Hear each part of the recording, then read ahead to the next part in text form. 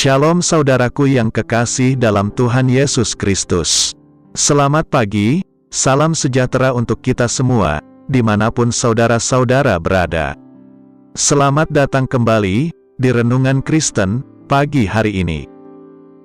Semoga saudara semua dalam keadaan sehat selalu, dan kiranya damai dan sukacita oleh Roh Kudus melimpah dalam hati dan kehidupan saudara semua.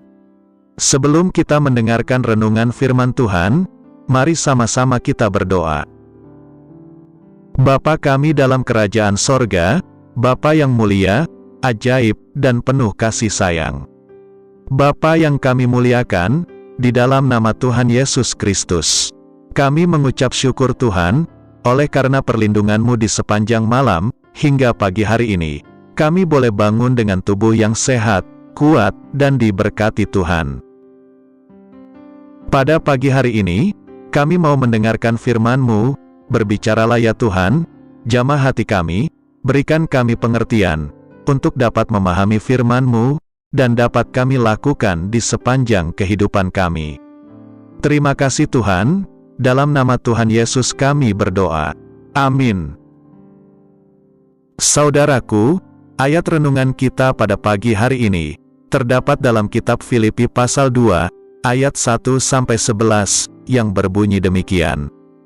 Jadi, karena dalam Kristus ada nasihat, ada penghiburan kasih, ada persekutuan roh, ada kasih mesra dan belas kasihan, karena itu, sempurnakanlah sukacitaku dengan ini. Hendaklah kamu sehati sepikir, dalam satu kasih, satu jiwa, satu tujuan, dengan tidak mencari kepentingan sendiri, atau puji-pujian yang sia-sia. Sebaliknya, hendaklah dengan rendah hati, yang seorang menganggap yang lain lebih utama daripada dirinya sendiri.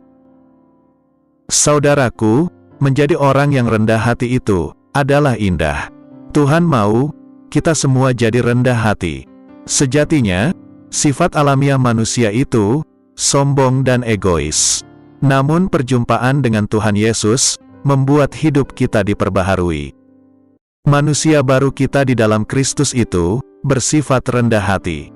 Ciri nyata orang yang lahir kembali dari Roh Kudus adalah perubahan dari seorang egois dan sombong menjadi rendah hati dan tidak mementingkan diri sendiri. Sebagaimana firman Tuhan dalam kitab Galatia pasal 2 ayat 20 mengatakan, "Namun aku hidup, tetapi bukan lagi aku sendiri yang hidup, melainkan Kristus yang hidup di dalam aku. Dan hidupku yang kuhidupi sekarang di dalam daging, adalah hidup oleh iman, dalam anak Allah yang telah mengasihi aku, dan menyerahkan dirinya untuk aku."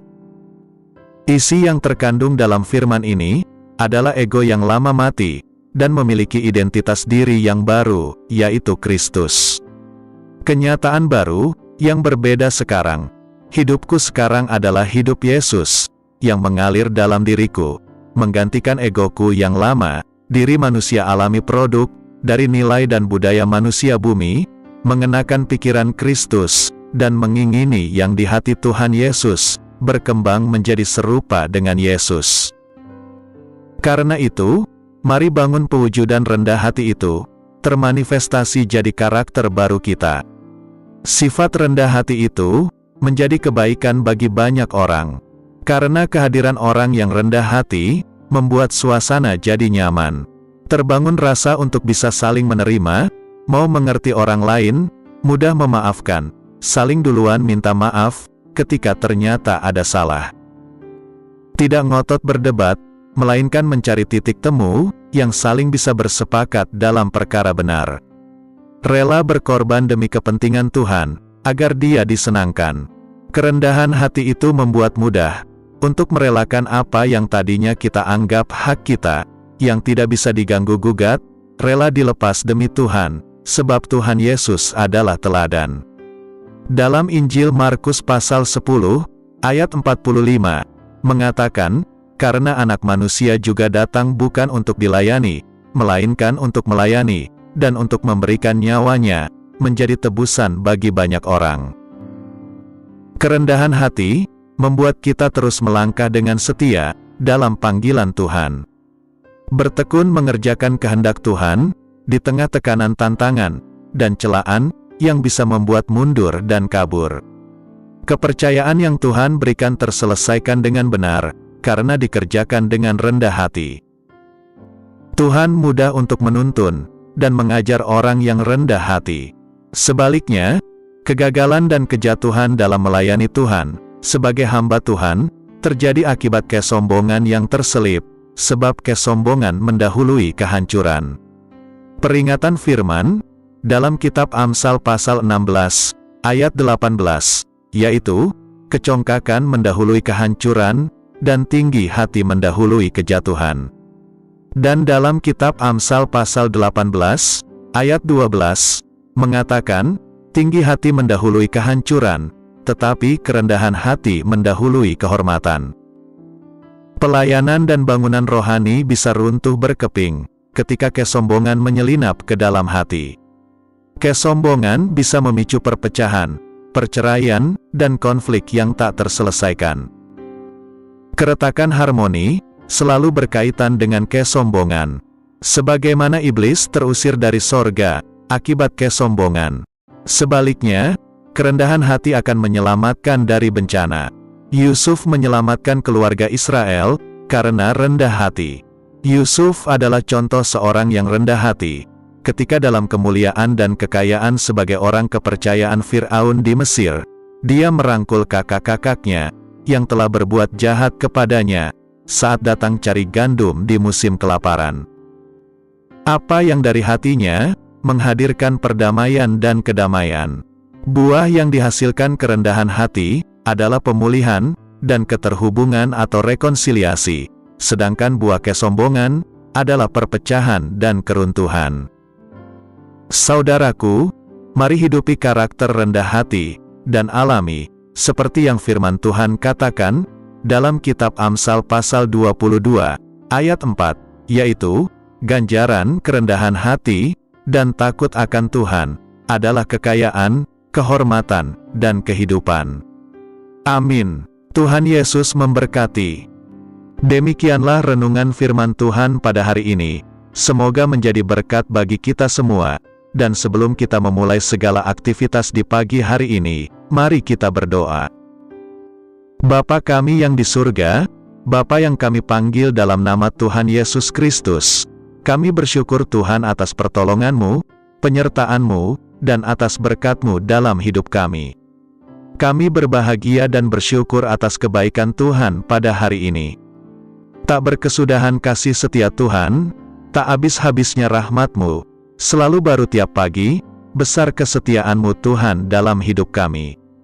Terima kasih buat firman-Mu pada hari ini ya Tuhan. Kami mau selalu belajar dan terus belajar tentang firman-Mu. Firman-Mu yang menguatkan dan meneguhkan iman kami. Firman-Mu yang mengubahkan hidup kami. Kami mau berjalan bersama dengan Engkau di sepanjang kehidupan kami, agar kami tidak tersesat di dalam dunia ini. Kami mau melakukan firman-Mu ya Tuhan di sepanjang hidup kami, agar kami tetap kuat berjalan bersama dengan Engkau. Terima kasih ya Tuhan, buat kesempatan hidup yang masih Engkau berikan. Kami mau pakai untuk hormat dan kemuliaan nama-Mu. Segala pergumulan dan persoalan hidup kami serahkan di dalam tangan-Mu. Engkau yang akan menyelesaikannya bagi kami hanya berharap kepada-Mu. Ya Tuhan, hamba berdoa buat saudara-saudaraku, yang sudah mendengarkan renungan hari ini, yang saat ini sedang mengalami sakit penyakit, pergumulan masalah, kebutuhan ekonomi, kiranya Engkau jamah, sembuhkan dan pulihkan, berkati perekonomian mereka, serta berikan jalan keluar, di setiap pergumulan masalah yang mereka sedang hadapi. Dan ajarlah kami ya Tuhan, untuk selalu berharap dan percaya sepenuhnya, kepada Tuhan Yesus. Kiranya Engkau terus memberkati kehidupan kami, keluarga kami, sanak saudara kami, daerah tempat tinggal kami, bangsa dan negara kami, pemerintah-pemerintah kami, biarlah semuanya dalam perlindungan-Mu ya Tuhan, dan jadilah sesuai kehendak-Mu yang terbaik dalam kehidupan kami. Dan pada pagi hari ini ya Tuhan, Kami berterima kasih buat perlindungan-Mu di sepanjang malam yang telah kami lewati. Pagi hari ini kami akan beraktivitas sebagaimana mestinya. Kami yakin dan percaya, perlindungan-Mu tetap ada dalam kehidupan kami, di sepanjang hari yang akan kami lewati ini. Terima kasih ya Tuhan, inilah yang menjadi doa kami. Dalam nama Tuhan Yesus, kami berdoa. Amin.